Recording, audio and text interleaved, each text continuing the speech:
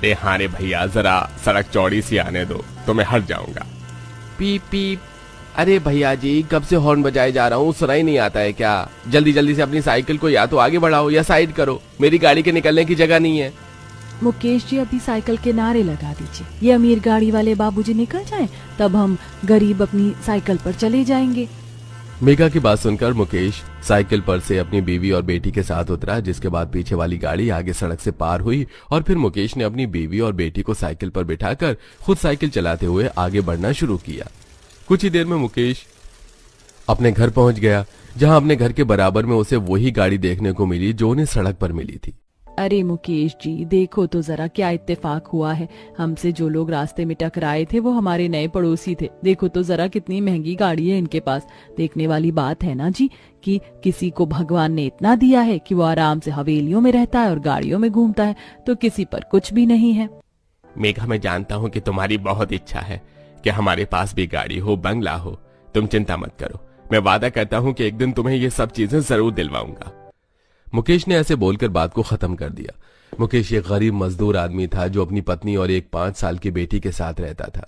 मुकेश की पत्नी मेघा बहुत ही कष्टों में अपने जीवन बिता रही थी। उसकी इच्छा थी कि वो भी अमीरों जैसी जिंदगी जिए। आज ही उनके पड़ोस में एक अमीर परिवार आया था, जिसको देखकर मेघा का मन उदास था। अब लगभग 5 साल बीत चुके थे और मुकेश के और मेघा की एक और बेटी इस दुनिया में आ चुकी थी, लेकिन इन 5 साल में और कुछ नहीं बदला था। माँ, बाबा जल्दी से बाहर आओ, देखो कितनी अच्छी गाड़ी आई है।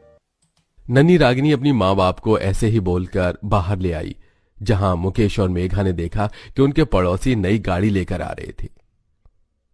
अरे हाँ, याद आया, वो पड़ोस वाले मोहन बाबू है ना, वो बोल रहे थे कि पुरानी गाड़ी लिए 5 साल होने को आए हैं, तो वो अपनी गाड़ी को बदलने की बात कर रहे थे। वो लेकर आए हैं वो दूसरी गाड़ी। सच में क्या चमकदार गाड़ी है। वैसे मुकेश जी, ये गाड़ियां अंदर से कैसी होती होंगी, इनमें बैठकर कैसा लगता होगा?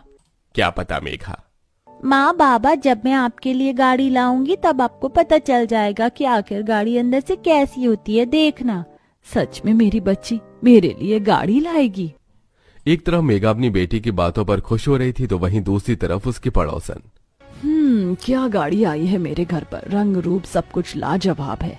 मोहन जी, लाओ जी, मैं इसकी आरती करके नजर उतार देती हूँ।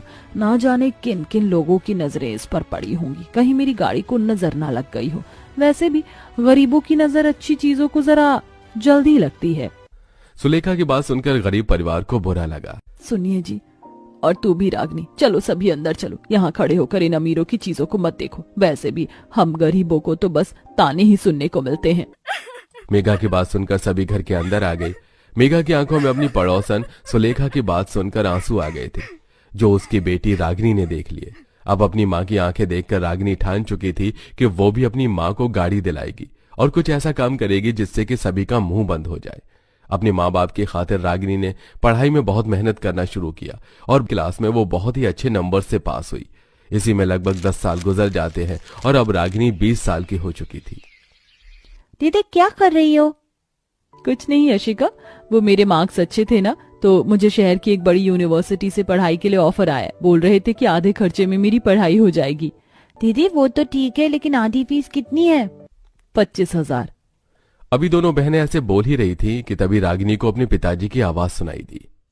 हाँ मेघा, ये सच है कि मैं अपने चाचा जी के बेटे की शादी में जाना चाहता हूँ, लेकिन कहीं पर भी बातों से नहीं जाया जाता है। मैं इतना लंबा सफर साइकिल से नहीं कर सकता हूँ, और दूसरा, मैंने पैसे अपनी बेटियों की फीस के लिए बचाए हुए। शादी में गया तो सारे पैसे तोहफा खरीदने में ही लग जाएंगे।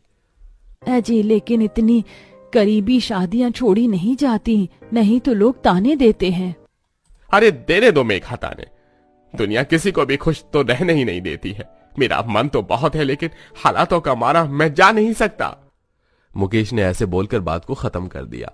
अपने माँ बाप को अपने लिए इतना कॉम्प्रोमाइज करते देख रागिनी का दिल बहुत ज्यादा परेशान हो जाता था, लेकिन यही लाचारी उसे आगे बढ़कर कुछ करने के लिए मोटिवेट भी करती थी। कुछ देर के बाद रागिनी अपने माँ बाप के पास गई, जहां माँ बाबा, मैंने पता निकाल लिया है और पूरे 25,000 रुपए हमें भरने पड़ेंगे, और जब जाकर मेरा उस यूनिवर्सिटी में एंट्रेंस होगा।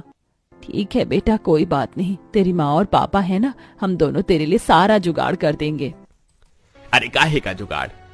और ऐसे भी क्या पढ़ाई करनी है तुझे रागिनी? बस पढ़ ली जितना पढ़ना था। हम गरीबों की लड़की ज्यादा नहीं पढ़ती हैं। चुप हो जाइए जी, मैं अपनी बेटी को पढ़ा रही हूँ। आप बिल्कुल भी इसके इरादों और सपनों के बीच में ना आना। मेघा ने ऐसे बोलकर रागिनी से उसकी यूनिवर्सिटी की फीस भरने की हामी भर दी। अगले ही दिन गरीब बाप ने बैंक से लोन लिया और मां ने उस लोन के बदले अपनी शादी की आखिरी निशानी अपने कंगन को भी गिरवी रखा, जिससे कि उसकी बेटी का यूनिवर्सिटी में एडमिशन हुआ। रागिनी पढ़ाई में बहुत ज्यादा अच्छी थी। उसने 3 सेमेस्टर अपने घर से ही पढ़ाई कर करके अच्छे नंबर से पास किए और आज उसके पास एक बहुत बड़ा मौका था। माँ बाबा, मुझे आशीर्वाद दो। आज मेरे लिए बहुत ही ज्यादा बड़ा दिन है। अगर आज के कॉलेज इंटरव्यू में मैं पास हो गई और टॉप 10 स्टूडेंट्स में मेरा नाम भी आ गया तो मुझे घर बैठे अच्छी जॉब मिल जाएगी। तूने तो यूनिवर्सिटी में सभी के रिकॉर्ड्स तोड़े हैं। मुझे तुझ पर यकीन है कि मेरी बेटी अच्छे ही मार्क्स लेकर आएगी। मेघा ने ऐसे बोलकर रागिनी को कॉलेज जाने को बोला। रागिनी कभी कभी कॉलेज जाती थी क्योंकि वो उसके घर से दूर था। आज रागिनी का जाना जरूरी था, इसलिए वो कॉलेज जाने को अपने पिता के पीछे साइकिल पर बैठ कर गई। अभी वो दोनों जा ही रहे थे कि तभी उसके साइड से एक बहुत ही बड़ी और अमीर गाड़ी गुजरी। ओह, तो गरीब मैडम भी इंटरव्यू के लिए जा रही हैं। सुन रागिनी, तो कितनी भी कोशिश कर लेना, तेरे तो कपड़ों को देखकर ही वो लोग तुझे भगा देंगे। तुम अपने पर फोकस करो मानवी, कहीं नाम बड़े और दर्शन छोटे ना हो जाएं। रागिनी के इतना बोलते ही मानवी की गाड़ी तेजी से आगे बढ़ गई। वो किसी और की नहीं बल्कि रागिनी के पड़ोस में रहने वाली सुलेखा की ही बेटी थी। कुछ देर में मानवी बड़ी गाड़ी और रागिनी अपने पिता के साथ साइकिल पर कॉलेज पहुंच गई, जहां दोनों ने अपने इंटरव्यूज दिए। और सभी स्टूडेंट्स के ग्रेड्स और कॉन्फिडेंस को देखते हुए हमने टॉप 9 तो बता दिए जिन्हें हमारी कंपनी जॉब देगी, लेकिन अभी टॉप 1 रह गया है। जो अब हम टॉप 1 स्टूडेंट का नाम बताएंगे जिसने हमें सबसे ज्यादा खुश किया है, और वो है मिस रागिनी। रागिनी अपना नाम सुनकर कुछ देर को तो सुन्न सी पड़ गई और फिर वो बहुत ज्यादा खुश हो गई। पढ़ाई पूरी हुए बिना ही रागिनी को जॉब मिल गई और उसने काम करना शुरू किया। कुछ महीने काम करने के बाद अब रागिनी के घर के हालात थोड़े से सही हो गए थे। एक दिन रागिनी बड़ी ही खुशी खुशी अपने घर आई। माँ, आओ मेरे साथ। अरे अरे, रागिनी कहाँ लेकर जा रही है? चलो तो सही।